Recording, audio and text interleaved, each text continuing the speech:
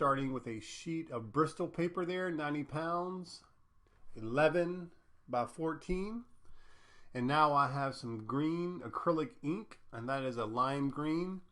You can see I just splashed it on the paper there, and I have a brush, and I did pre-wet the brush. So very important to pre-wet that. If not, your brush will be very dry, and it's just going to absorb the ink in the bristles. So if you wet it, then it's going to allow you to spread it around more fluidly there. So once I get that spread around pretty evenly, I will use a napkin or a paper towel rather, and then just even that out a little bit. And the goal really was just to add a little bit of tone to the paper. And now that I have that and wiped it down, it dried, it will dry very quickly. It's still slightly damp, but not a big deal. That's a piece of compressed charcoal, and I will just start to lay out the main angles and curves of the lemons. And once I get that roughed in, I can start to put down some paint. But the key really is just to try to locate the main shapes, which you only have 3. So you have the knife here, and then the 2 wedges. So once you get that roughed in, it's pretty easy to get to work pretty quick. Okay, so I've got that in, and now I have some. This is actually watercolor paint, and that's cerulean blue. Now, as you see, just directly onto the surface there. And now I have some ultramarine blue, so darker in value there. And I'll splash that ultramarine around where the shadow areas will be. And now I'm using, again, a larger round, and I did wet that off camera. I can start to spread that watercolor around a little bit. And I'll clean it right here just so that I don't get too many of those darker values where I don't want them. And you can see it's nice and loose, so not trying to control it too much. And I've got some nice darker values there for where I think the shadows will be placed, and that's a really good way to get some color down and get it down quickly without investing too much time. You're just working straight onto the paper versus working from a palette. And so now that that's on, I can let it dry. And so here we are, nice and dry. And what I'm doing here is just taping it to my board, and that's just really cardboard there. And that'll keep it from buckling up. The one thing about Bristol paper, this is again 90-pound paper. Whenever you start to work with a wet surface like that with a paper that's that light, it's going to buckle a little bit. And I didn't want it to buckle on camera for you, so the tape just helped me keep it flat. Now I've got some collage paper here. It's got a slight pattern to it, as you can see. And I've got some smaller pieces ripped out, and I'm just holding them in place where I think they may be kind of interesting. So I like to just kind of move them around a little bit just to make sure that you get them placed or situated in an ideal spot. And once I kind of figure that out in my head and in my eyes, I can start to get a brush here, and off camera I've got some Mod Podge, and I will just put that on the back there and then start to place them where I think they should go. So pretty quick there. And one thing about the Surface 2 Bristol paper, it works really well with collage because it's such a smooth surface. It sticks to it really well as opposed to like a rough surface paper or canvas. Alright, so now I've got another piece here, and that's all looking pretty good. And so now using, this is heavy body acrylics.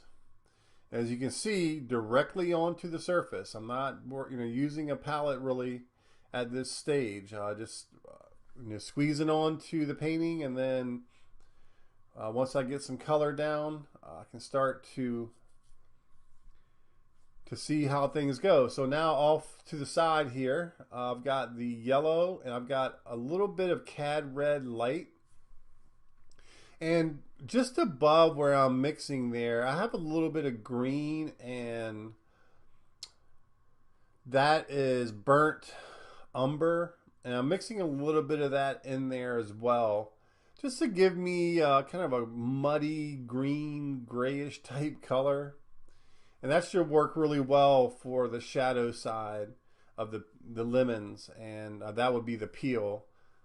So yeah, just putting that down, you can see gave it a nice dimension there. Now this is just drawing paper, and it had some smears on it. That was just leftover paint I had smeared on it, but I always like to have this kind of random paper that has strokes and colors and values on it. And it works really well with collage. And I ripped out a piece that would kind of make for the blade of the knife. We can barely see it there, but just putting a little bit of glue or Mod Podge on the paper. And just like that, we have our knife, or our blade of the knife, in place. And that's all starting to look pretty good. And so now some burnt sienna there, that was watercolor. And I'm using it like gouache, so very, very thick. And now squeezing some of that sienna into those greens. I can kind of come in there and strengthen these shadows a little bit. And now just working with the shadow on the blade. And then moving down into the handle here. And so, you can see in about 7 minutes there, we've got this thing rolling pretty good. And now just checking my angles off camera too. I have my iPad and I have the image up on that, so I can take my brush or whatever I have in my hand and kind of check the angles, make sure everything is looking somewhat correct. And I used a paper towel there and just took off some of that really saturated paint. You can see that gave it a little feeling of some transparency on that knife handle. And so now just using some kind of grayish green values there and mixing a little bit of the cerulean blue in it as well, just to keep it somewhat simplified.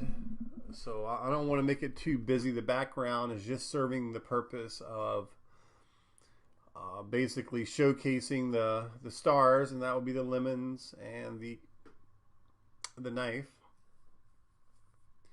And so I'll just sprinkle some of that around, and all the while kind of keeping those shadows and everything in mind.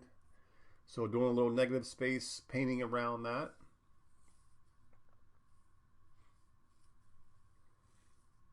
And now just a little more blue to strengthen it so things aren't all the same.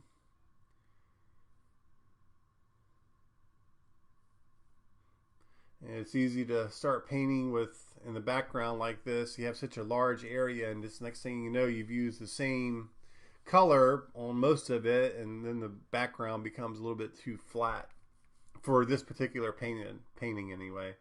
So now just ripping out a little bit, went back to that same white paper that had a little bit of color on it, and ripped out some little shapes here. And this will just be like the little decorations, I guess you can say, for the knife. They always have like some little screws or bolts or something holding them together, so that'll just make it a little more interesting. And now it's, a little bit of smudging there to smooth out some hard edges. And now getting back into these darker browns and greens, adding a little bit of dimension to the knife for the shadow side. And now I'll just darken those edges, that left edge a little bit. I think it'll help keep the eye in the frame. Whenever you have a strong directional flow like I did with the knife that's pointing directly out of the image, then a darker value sometimes will help keep the eye in the image. So anyway, that's what I did there and why I did it. And now just getting a little bit of a piece of paper there to give me the feeling of the white layer that you have on with the rind. So when you cut the lemon, there's always that little bit of a kind of whiter value there. I'll just put the glue directly onto the lemon where I want the paper to go, and then I'll pop that in there. So you see, coming together really quick, you know, and trying to work with confidence, trying not to worry too much about perfection is the key here. So you take your time, think about how you want to do it, what's important to you, and then, you know, once you get the painting, you go for it. And so now just getting a little bit of titanium white with these lemon yellows. And now I'll just give it a little pop there for the rind on that side, and then, you know, putting in some of the details there. And now pulling a little touch of orange into it now, just again to break it up. That's the key. If not, things become too much of the same. And if it's too much of the same, it'll start to look flat. So you can see now I'm mixing some of those grays in there with it.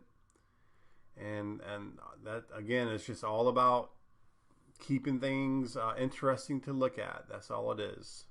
Not trying to match the image or anything like that. It's at this point, I'm not even looking at the image. It's just all about what's in front of me. How can I make that stand out? How can I make it work and look like a nice, something that's enjoyable to look at, basically. All right, so now I just have that little liner brush, as you can see, adding in a few details and graying out some of these oranges and values, and again, just kind of adding a few different hues there will just give it a little more depth. So that's all I'm doing. And I'll quickly and loosely add my signature, and that'll help fill the void on the bottom left hand side. So sometimes you can place your signature in an area that's really empty like that, and it'll kind of add to the painting, if you will. And so now just getting some of those grayish yellows in there, and now it's strengthening underneath that particular shadow, and that'll wrap it up. So I'll take you on a little tour here, give you a close-up of what this looks like.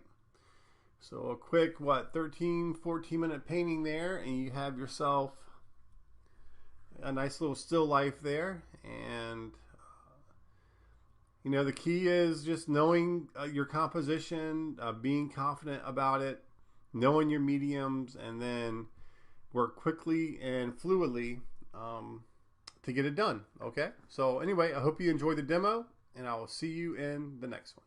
Thanks for watching.